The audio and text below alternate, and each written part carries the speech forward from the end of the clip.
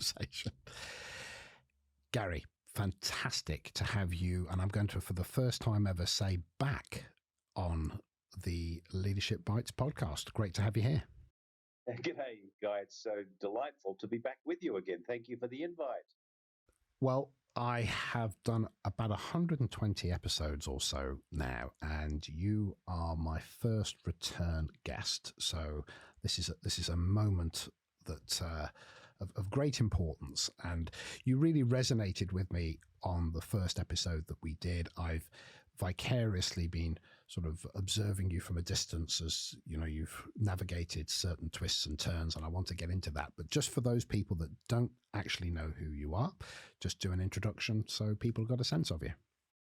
Well, thank you, and hopefully my accent is still there, so to tell you that I'm an Aussie, but I've been living in the United States since 1994, and for the past 25 years, I've had the privilege and honor to lead the WD-40 company as the CEO, probably one of the longest sitting public company CEOs. 25 years is a long time, but it's been a wonderful journey. And I refired last September. I didn't retire. I refired. And now I'm consulting. I'm coaching. I think 3 or 4 CEOs at the moment. I'm doing work around leadership and culture. And the reason I'm doing it is this, Guy. It's pretty simple, is that I believe business today has the biggest opportunity ever to make a positive change in the world. And the reason being is that we touch more people every day than most people do. And as I've often said, imagine a place where you go to work every day, you make a contribution to something bigger than yourself. You know you belong, you feel like you matter, you learn something new, you're protected and you're set free by a compelling set of values, and you go home happy. Happy people create happy families create happy communities create a happy world, and by golly, we need a happy world. So I'm passionate, and I get up every day wanting to show leaders that they don't have to be the toxic leader. If you see over my shoulder over here, you'll see this guy here, right? I don't know if I introduced you to him last time. This is Al. That's the soul-sucking CEO of Fear Inc. And Al has behaviors that create toxic cultures. And I want to help Al not be Al anymore, or Alice not be Alice anymore. And I think that deeply resonates with me. I spent the last 2 or 3 decades working with leaders and talent, etc. One of the things, and I'd love your thoughts on this, is one of the things I notice is, of course, characteristically, there's a percentage of people that have very particular inherent characteristics that are negative. And that's almost a separate thing. How do you deal with that? But the majority of people are good people who want to do good work. However, it's the pressure of their context that creates a set of behaviors in them that is contrary to almost how they would even talk about themselves and how they would identify themselves. And I wonder if that's something that you notice or agree with, that, I think the majority of people do want to do good work. However, it's the context they operate in, etc. So I'll hand that baton over to you just to react to. Yeah, I agree, Guy. Most people don't get up every morning with an objective to be a toxic leader. But I may have shared this with you before, and it's just a basic philosophy that I have. We're just these basic human beings bumbling our way down this pathway of life. And as leaders, in the bushes of this pathway are thieves, and they're thieves of greed, of short-sightedness, of anger, of ego, and they jump out of the bushes and they grab us and they take us into these areas that we go, wow, how did I end up here? So I think leadership is really a lot about awareness. Now, you would think a guy like me, after leading a public company for 25 years, wouldn't have to have a little list on his notebook here of who he wants to be when he thinks he's the best person he can be. But I've had that list for many years, and I have it on my computer, and I have to reflect on it often because I'm human. I get taken off my path, and if I'm not aware of that and I don't react to it in a positive way, then I'm not being the best person I could possibly be. So I think you're absolutely right that True leadership is about an awareness of who you are, but more importantly, who do you want to be be the best you can be. So I talk about, and I love this because one of the reasons I wanted you back is because I resonated with a huge amount of what you said. Is I say to people every week, you say to yourself, what do I need to do this week? Or what do I need to do today? The other question then is, who do I need to be this week? Who do I need to be today? So on your B list, the who you want to be, is what are those things, Garry? So it says, am I being the person I want to be right now? And who is that person? And here's the list. I want to be grateful. I want to be caring. I want to be empathetic. I want to be reasonable. I want to be a listener. I want to be fact based. I want to have a balanced opinion. I want to be curious. I want to be a learner. And I want to throw sunshine, not a shadow. So that's my list of who I want to be the best leader I possibly can be. I think that's a hugely powerful thing to have to look at. I notice in your list, there are some words there that without maybe understanding, people may see as, I don't want to use the word weak because I know that that's the last thing that you are, but some people fear those words as a kind of a softness or not being edgy enough or being commercial enough. And I just kind of wonder how you, or when do you meet people that resist that kind of approach because they fear not being seen as the pointy edge of the pointy tip of the spear? You know, they a lot of people refer to some of the behaviors that I shared with you there as being soft skills. These are not soft skills. These are damn hard skills. You know, they're very hard skills. And I get a little kind of agitated when people say, well, being a servant leader is all soft. Well, that's garbage.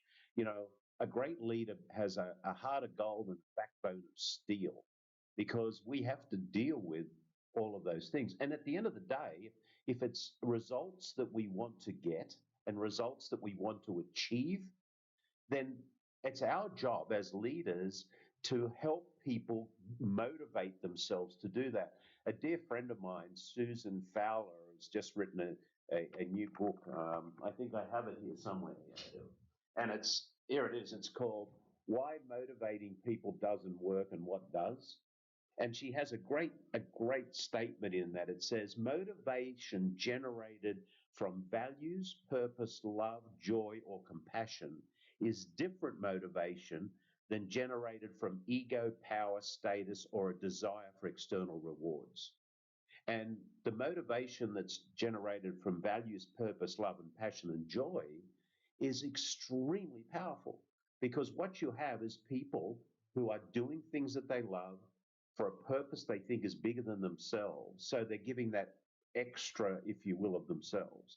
So having an environment like this creates a momentum of performance that's much stronger than being that hard ass, soul sucking CEO who must always be right, is a micromanager, has all the answers, hates learning, is not all of those hard, what they think is tough behaviors that aren't tough behaviors at all. They're just demotivating. So, talking to a potential client this morning, we were talking about resilience, and I introduced this idea, which isn't mine, the vocabulary of anti-fragility. And what you're talking about seems to me to be that if you're motivated by the financials or your ego, etc., then there's an inherent fragility in that, because your motivation and maybe your resilience is at the whim of whether or not you're actually being in the moment successful.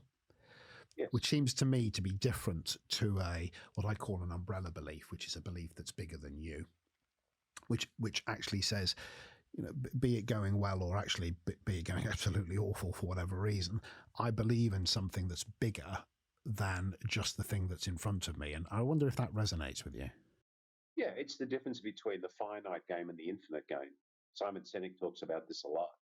If you're playing the infinite game, it's really about what do we want to achieve for the greater good of the purpose over the long term. But you're right.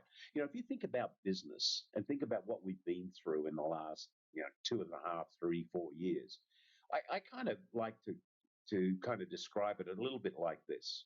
So let's think about an aeroplane.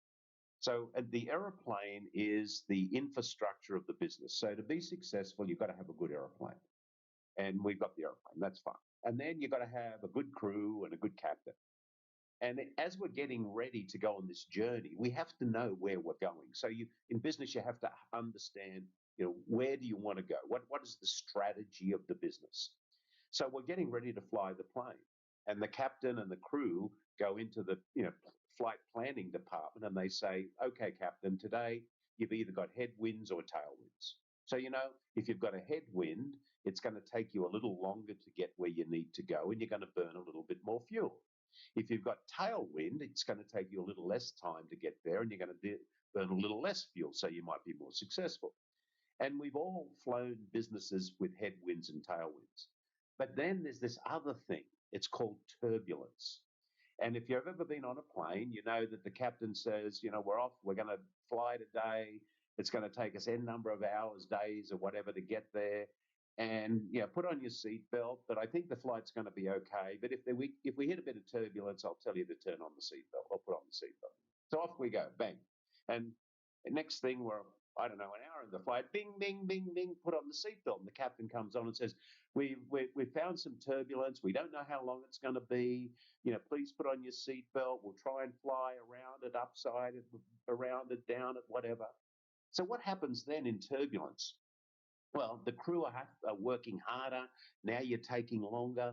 It's upsetting. It's tiring. So, in business, we're going to have turbulence. And what we've been through in the last couple of years is headwinds more than tailwinds, and a lot of this turbulence, which is really tiring for the crew. So I think that's the environment we're in. And in that environment, you still have to keep your mind and your objective set on where are we flying to. It's going to take us a little bit longer.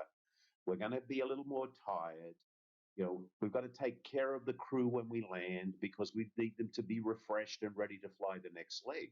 But that's how I see, the whole journey of business.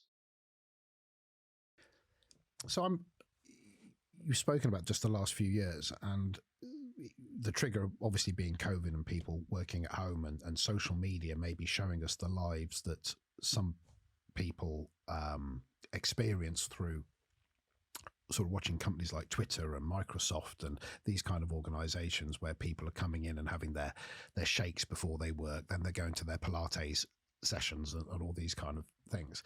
And I wonder if in these turbulent times when we're actually pushing very, very hard, if people are struggling a little bit with a little bit of memory of working from home, a sense of seeing things in social media that tells them that their work-life balance should be idyllic.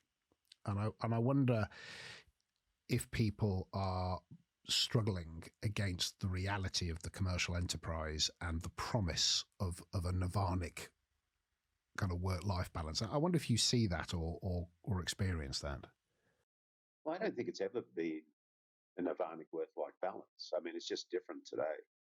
And one of the things that is on my mind a lot is how do leaders fill in this sentence?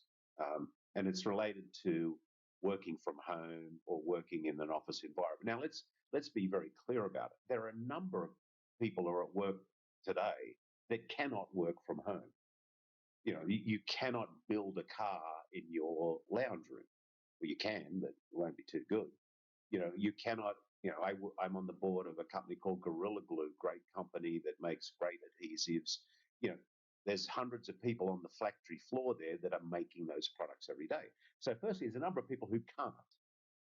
Now, those that can, here's the thing that I'm a little concerned about, is that as leaders, we have to fill in the sentence as someone's walking out the front door today, giving their husband, wife, or significant other a high five and saying, "Wow, I'm so excited that I'm going into the office today to fill in the blank." And the fill in the blank is not sit in front of a computer screen.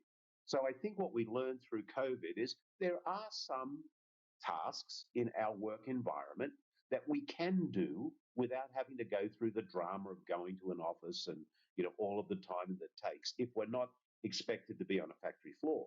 But the thing we can't do is build relationships. And leadership is about building relationships.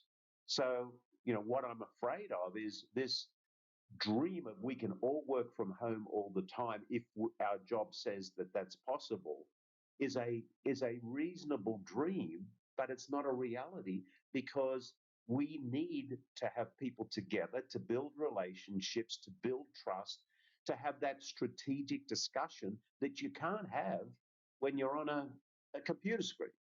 So I think the pendulum's swinging a little bit where organizations are saying, okay, we'll give you a couple of days a week where you can do that in front of your computer screen work, no problem.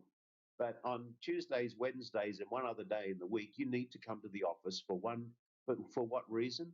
To build trust and relationships and to have those strategic discussions you need to have to drive entrepreneurialism, to drive learning, all of that.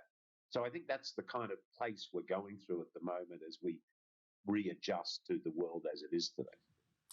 I do agree with that. And I was speaking to somebody that said, Guy, I can't imagine why anybody would ever want to return back to the office. And one of my responses to that was, that's because you live in a 5-bedroom detached house in the middle of the countryside. And or Guy, or I'll tell you the other reason is because when they were there before, they were in a toxic culture and they hated it. I wrote an article that I published on LinkedIn back in just near the end of COVID phase, fill in the blank. And because everyone was talking about the great resignation, people weren't resigning, they were escaping toxic cultures. So why would anybody who lived and worked in a toxic culture before want to say, I want to go back there and be part of that agony and that torture? That's the whole point. Organizations that have great cultures. I know, at WD-40 company where I was for 25 years, we say get back together. People can't wait to be together because they miss each other. They miss the environment. They miss the love. They miss the feeling of belonging. They know they matter. So organizations where people are saying, I don't want to go back, you've got a problem. You had a toxic culture before. This is just telling you better fix it. I think that's fascinating. I think one of the particular things as well is young talent. Really, if you're in your 50s or your 40s, late 40s or whatever, and you've got your job relatively under control, I can understand, hey, I can do certain things from home. But those youngsters that are coming through, I think those are the ones that also massively are damaged by not being exposed to people in the workplace. So just picking up on the question, I don't know if you do get asked it. You'll course correct me, but it's definitely something I want to ask. Is when somebody looks you in the eye and goes, "Yes, but see, the thing is, Garry, you don't know how hard I'm being pushed, and I know you understand your market, but I don't know if you fully understand my market." Or, well, actually, we're backed by private equity, Garry, and we're on a 3-year cycle, and these are the figures that we've got to achieve. So intellectually, I'm with you.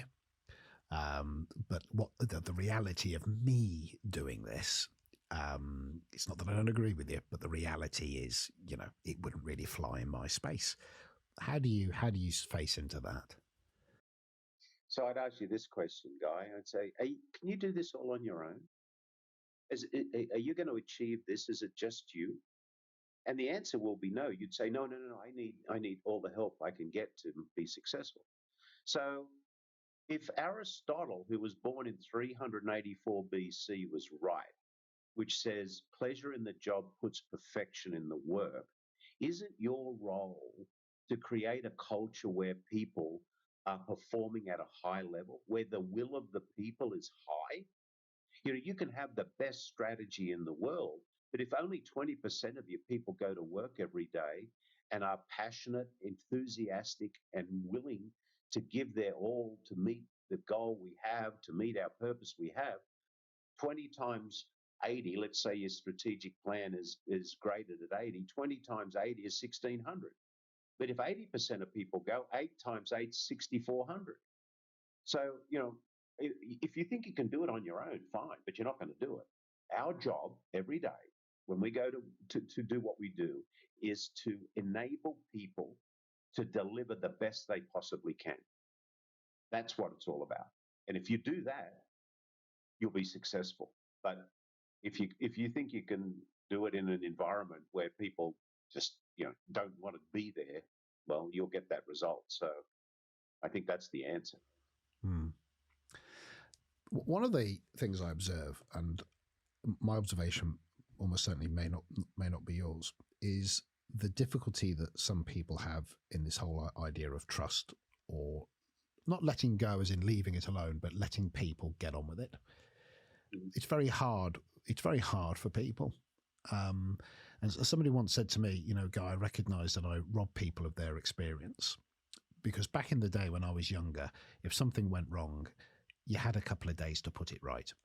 In the new sort of digital age, everybody knows about it within 10 minutes and everybody wants an answer within half an hour. So it's definitely accelerated. And I'd just like your thoughts on technically competent leaders who are working in organizations where they probably end up micromanaging, they end up being overbearing, they end up intervening and getting in the way out of maybe their own fear, the anxiety that they're dealing with. And it's not even from a desire to dominate, but actually they end up in that space. So that letting go, I feel, is one of the biggest challenges. And I'm sure you have other observations. Yeah, micromanagement isn't scalable. That's the challenge. And, if we think about the job of a leader in any organization, think about it as the coach of a footy team, right? Have you ever seen the coach of Man United ever run onto the football field, actually kick the goal and try and kick the goal in a game? No. Have you ever seen the coach great coach ever go to the podium and actually pick up the prize? Probably not. So our job as great leaders is to observe the play on the sideline and do whatever we need to do to help the player play a better game. But more importantly, most leaders get one thing really, really confused is, are we very clear about what our objective is? Imagine a game of football with no goalposts. Imagine a game of football with no goalposts and no starting time and finishing time. What would you have at the end of a period of time? You'd have a lot of tired people running around a paddock, not feeling like they've achieved anything. So I think micromanagement is about someone who hasn't set clear objectives and is not allowing people to actually play their game and telling them and showing them what winning looks like. If you don't have that, you're going to have a lot of tired people running around a paddock.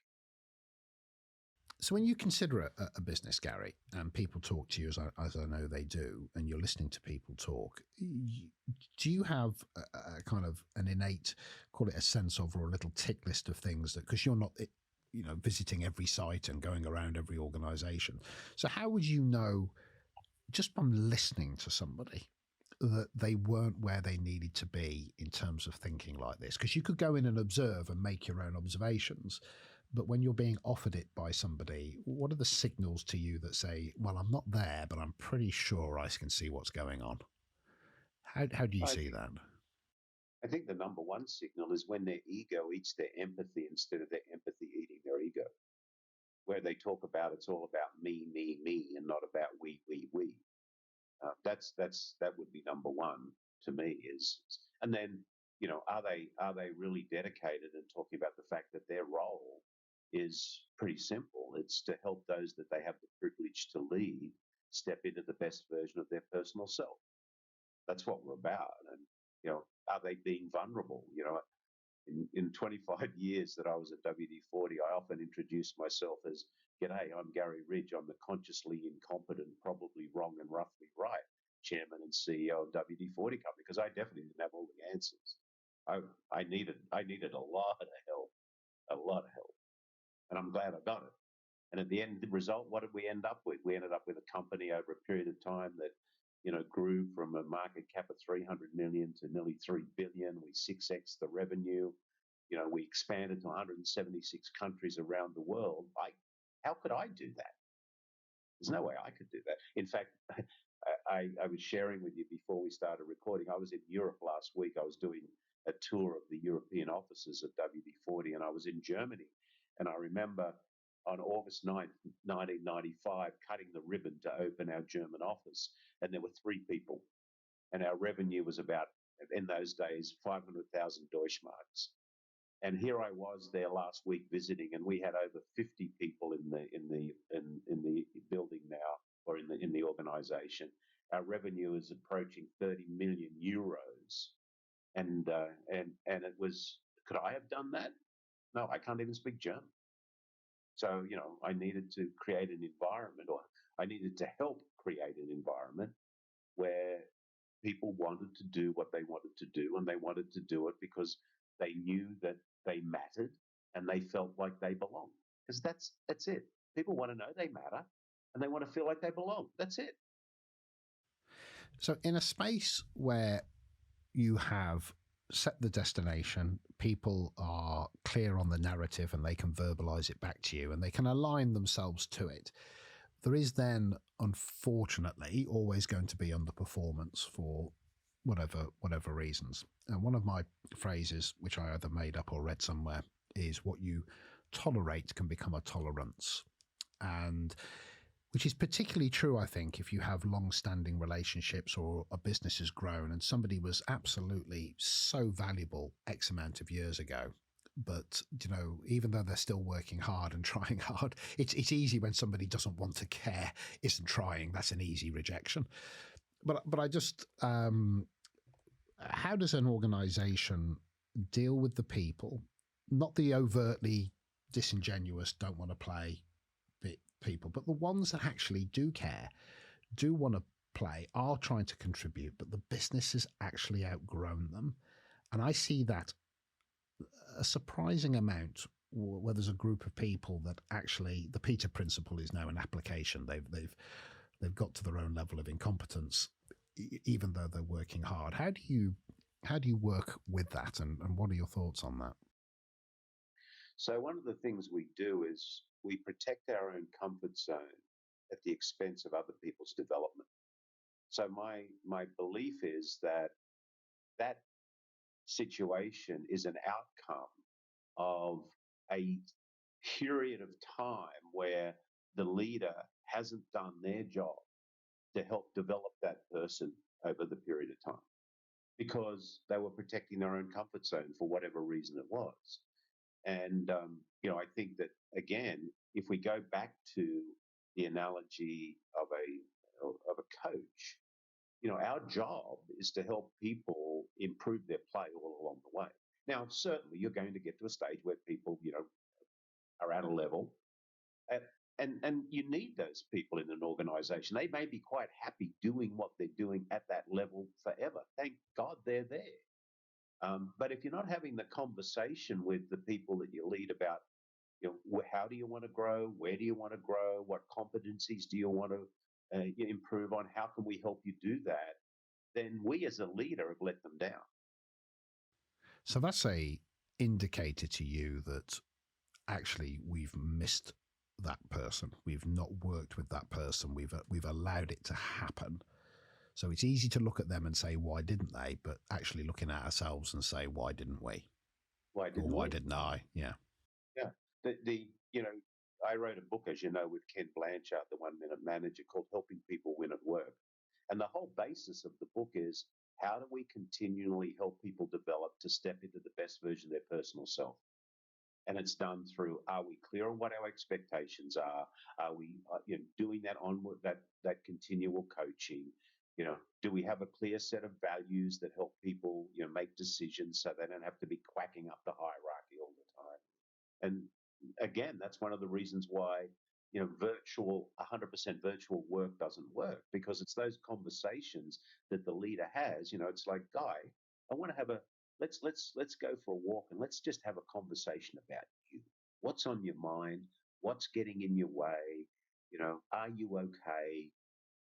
I'm here to help you win. That's what it's about. So bringing us into, because I'm just so alert to the fact that I just keep you the whole week and just keep asking you questions. So I'll just try to be respectful of that. Where's your energy right now, Garry? You did allude to it at the start, but what do you, if I was watching you for the next 3 to 6 months, what would I see you doing?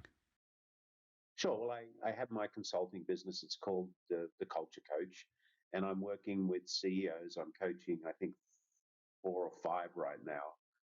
And my coaching practice is I don't do rehabilitation coaching. That's not what I do. I like to work with leaders who have identified the fact that people really matter and what do we need to do to help people shine. So I'm doing that. I'm on a couple of boards. One is Gorilla Glue that I mentioned to you earlier. I'm still doing some work with WD-40 Company. My official title there now is Chairman Emeritus, which is the best job I've ever had because I have no responsibility, no accountability. I can go to any party I like. So what a job! You don't get paid for that, but that's okay. I've been rewarded adequately for the time that I was at the company, and then I'm writing a new book that hopefully will publish early next year, which really is a reflection of. And I'd love to hear the title of that. Give us the title of that book because it's an absolute cracker, Garry. Oh yeah, any dumb ass can do it. It's fantastic. Any dumb ass can do it. And why it's called that is, if I'm going to reflect on the 25 years that I was privileged to lead WD-40 and what were the learning moments over those 25 years that have allowed us to build at WD-40 culture, a culture that's the envy of many. 93% employee engagement, 98% of people say they love to work at the company, and 97% of people who work at the company say they respect their coach, who is their manager. We took the word manager out. Words matter. The person you report to is not your manager; they're your coach. And what's the coach's job? Well, I've explained that. So, and then I'm doing some public speaking, and I'm having fun talking to great people like you on podcasts and sharing some of my scar tissue. Well, Garry, I'm going to bring us to a sort of a natural conclusion because there is the first, and I do definitely want people to revisit the first episode that we had together. But I just really wanted to get an update from you, get a little bit of that wisdom from you without it turning into a full-blown coaching session. And you're an absolute joy. And I think there's something about the way that you come at this that says there's a succinctness, there's a clarity to the way that you think. And I will be pre-ordering wherever I take it. Amazon is where I can pre-order any Damas Can Do It. I don't know if it's available yet to do, but I'll definitely be looking out for it. Let's when it's ready to go, I'll give you a ping. Let's get back on a podcast and preview and talk about it. Well, I'll read it and then we'll get you back on, and that'll be an absolute joy to do that. So on that note, so stay on for a few moments just to make sure everything uploads. But from me, from everybody listening, absolute joy, and thank you so much. My pleasure.